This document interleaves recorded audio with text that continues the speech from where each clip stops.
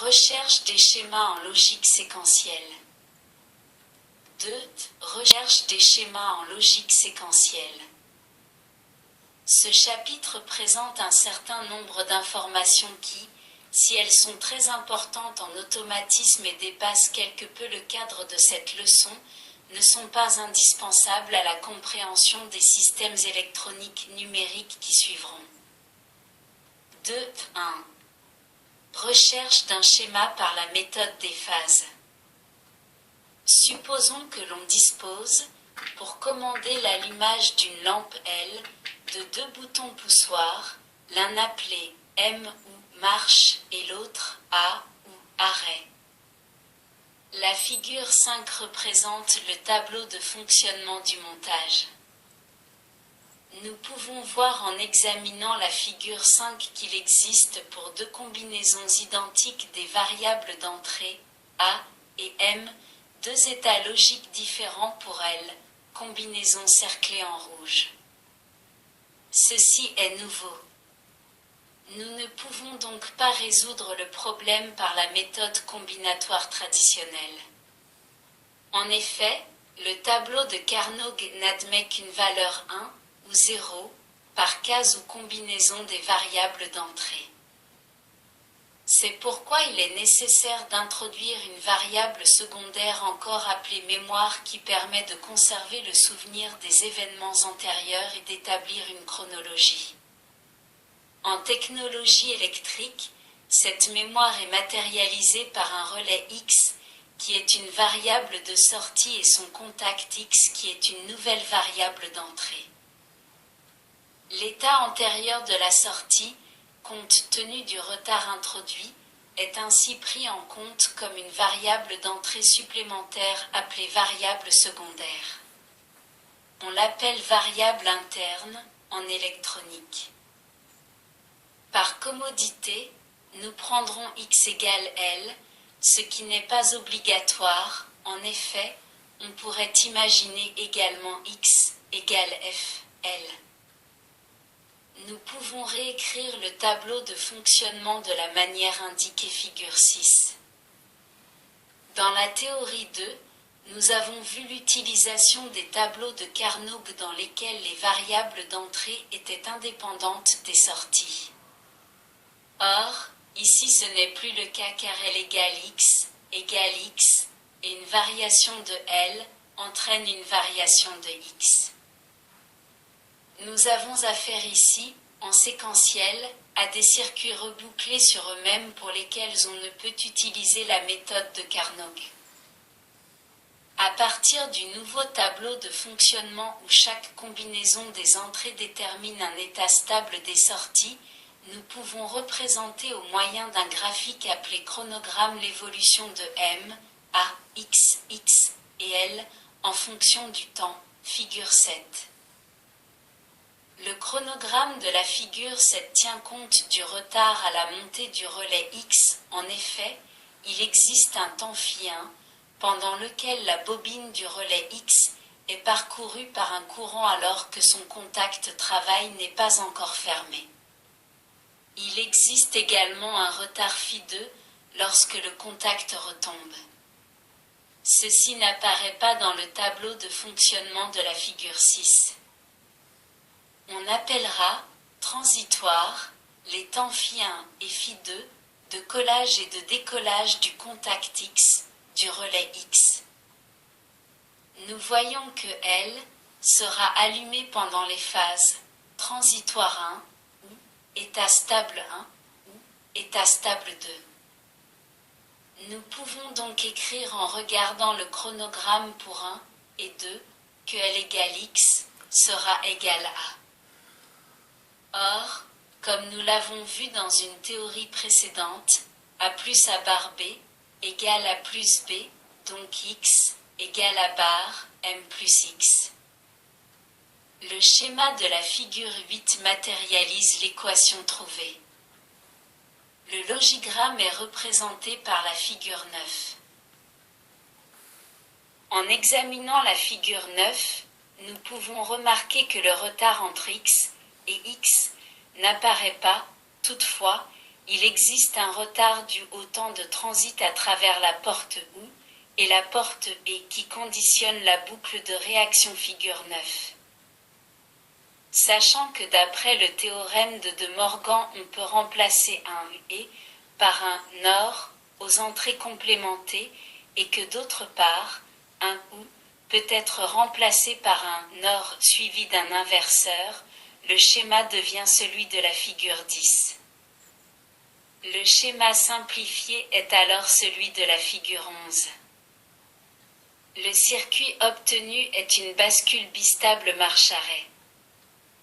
Une représentation beaucoup plus répandue de ce même circuit est donnée figure 12. Ce montage est encore appelé flip-flop, nous en reparlerons assez longuement par la suite. 2.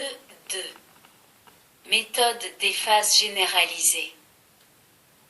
Une méthode que nous ne démontrerons pas ici car elle dépasse largement le cadre de cette leçon permet de remplacer la simplification algébrique par des tableaux de Carnot. Cette méthode des phases étendues peut s'appliquer à tous les dispositifs séquentiels.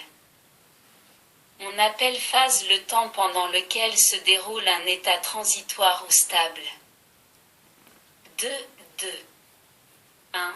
Diagramme des phases. Le diagramme des phases est représenté par un quadrillage, figure 13. À la partie supérieure de chaque colonne, on indique le numéro de la phase. Quelle que soit la durée des phases, quelques nanosecondes ou quelques secondes, les colonnes seront identiques. B. On indique, figure 14, en face de chaque ligne, successivement dans l'ordre de leur mise en œuvre. Là où les variables d'entrée en minuscules. Le ou les organes d'excitation repérés par des majuscules. Là où les variables secondaires de transfert dans l'ordre de leur utilisation représentées par des minuscules. Là où les sorties en majuscules. Pour chaque variable d'entrée et chaque variable secondaire de transfert, on définit une pondération P, qui est un nombre tel que pour la première variable d'entrée P égale 2 puissance 1 moins 1 égale 1, pour la seconde variable P égale 2 puissance 2 moins 1 égale 2, pour la nième variable P égale 2 puissance n moins 1.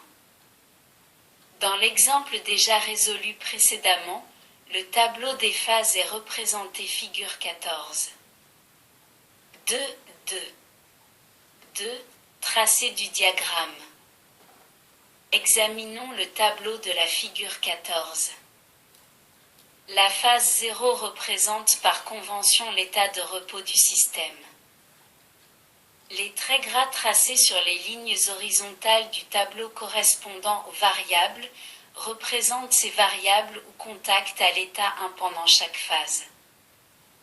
Les traits gras discontinus horizontaux représentent l'état 1 des excitations dans chaque phase.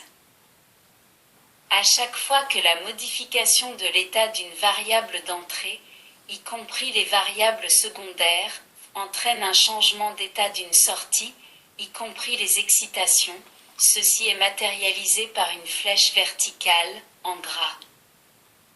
Toutefois, les dépendances entre excitation et variables secondaires de transfert seront marquées par des flèches obliques pour tenir compte du retard appréciable, temps phi égal de transfert, introduit par le rétrocouplage.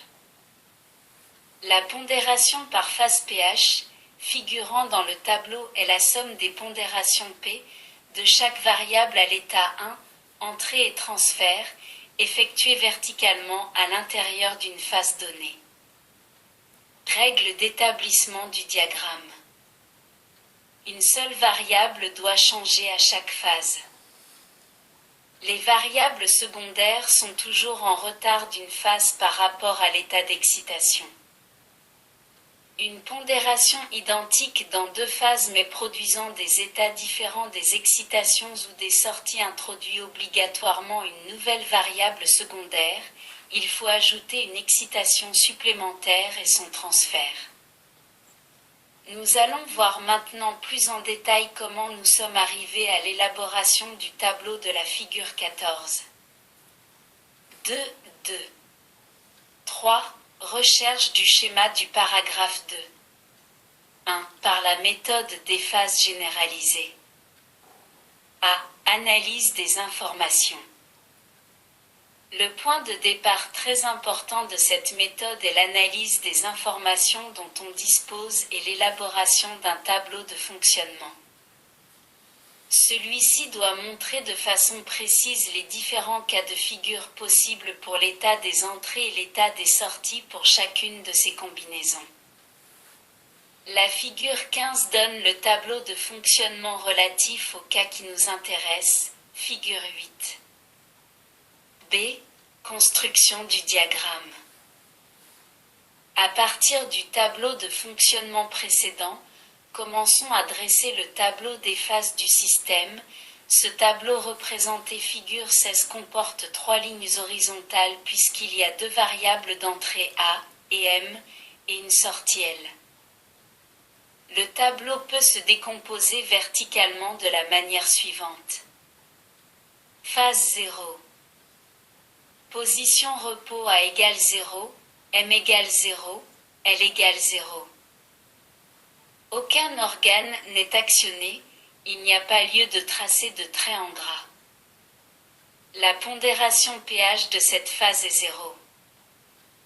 Phase 1. A égale 0, M égale 1, L égale 1. L'action d'appuyer sur M allume la lampe.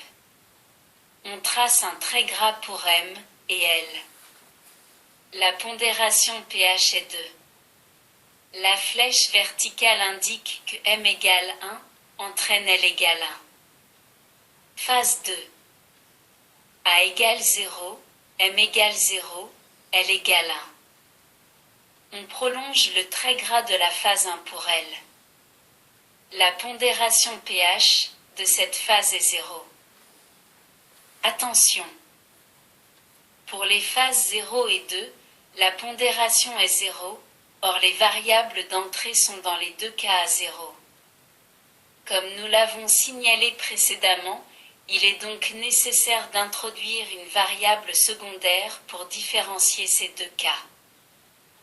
Un relais complémentaire x et sa variable secondaire de transfert x permet cette discrimination par changement de la pondération de la phase 2.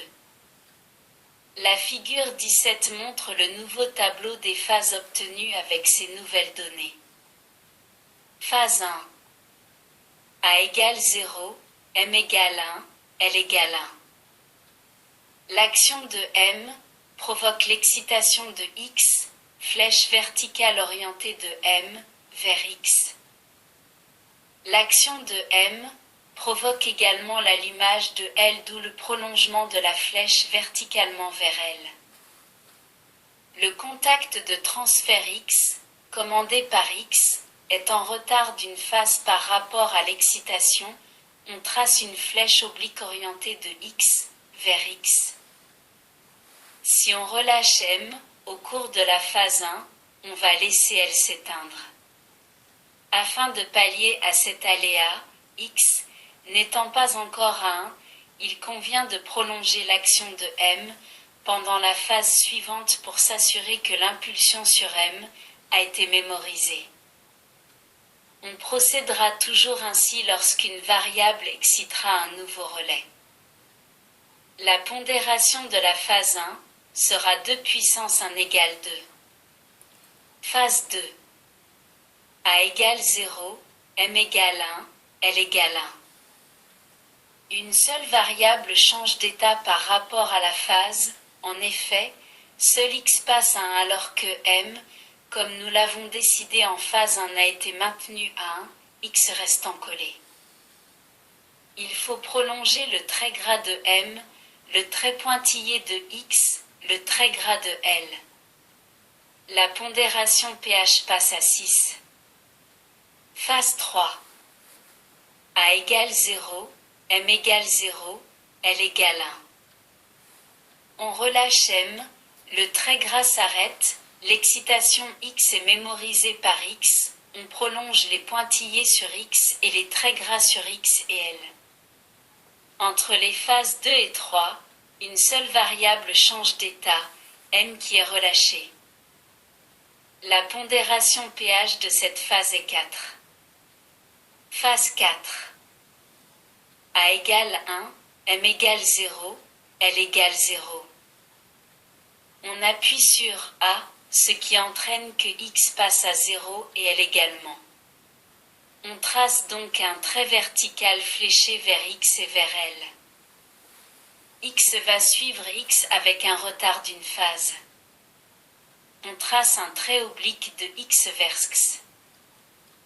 On s'aperçoit que si l'on relâche A pendant la phase 4 alors que x n'a pas changé d'état, un aléa de fonctionnement peut apparaître, elle se rallumant du fait que l'action sur A n'a pas été mémorisée par x, variable secondaire d'entrée. Il convient donc de prolonger l'influence de A dans la phase suivante. La pondération pH de cette phase est de 5.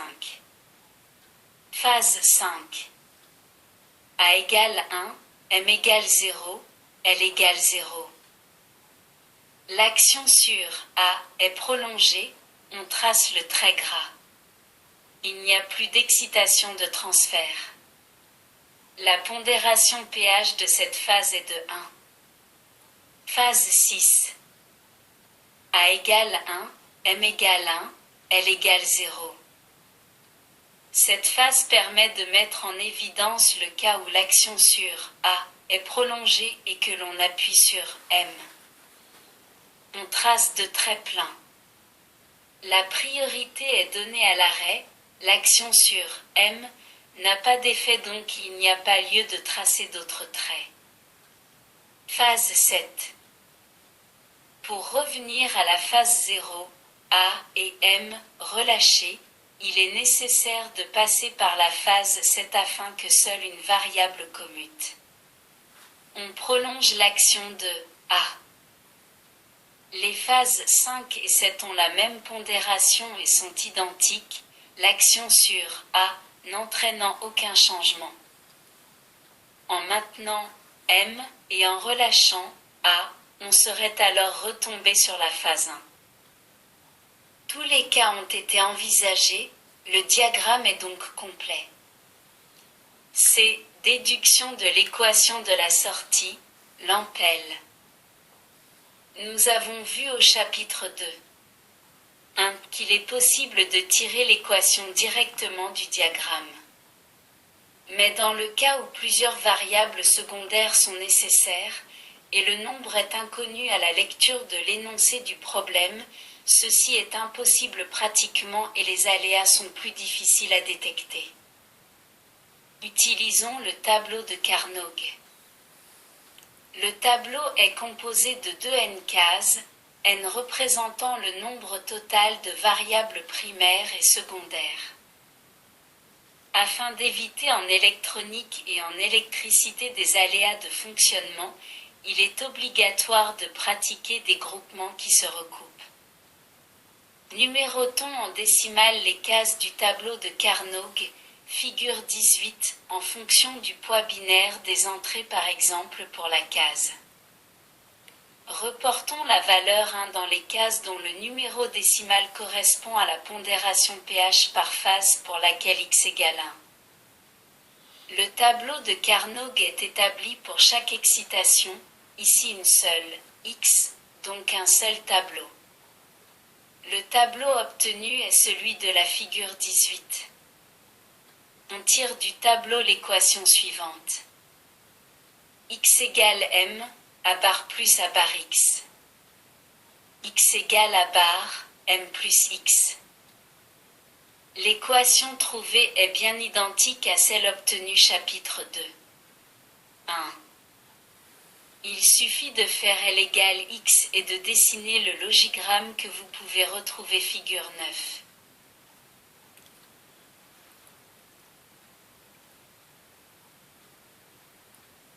Merci, d'autres écoutent. Excusez-moi. Merci de votre écoute. À bientôt.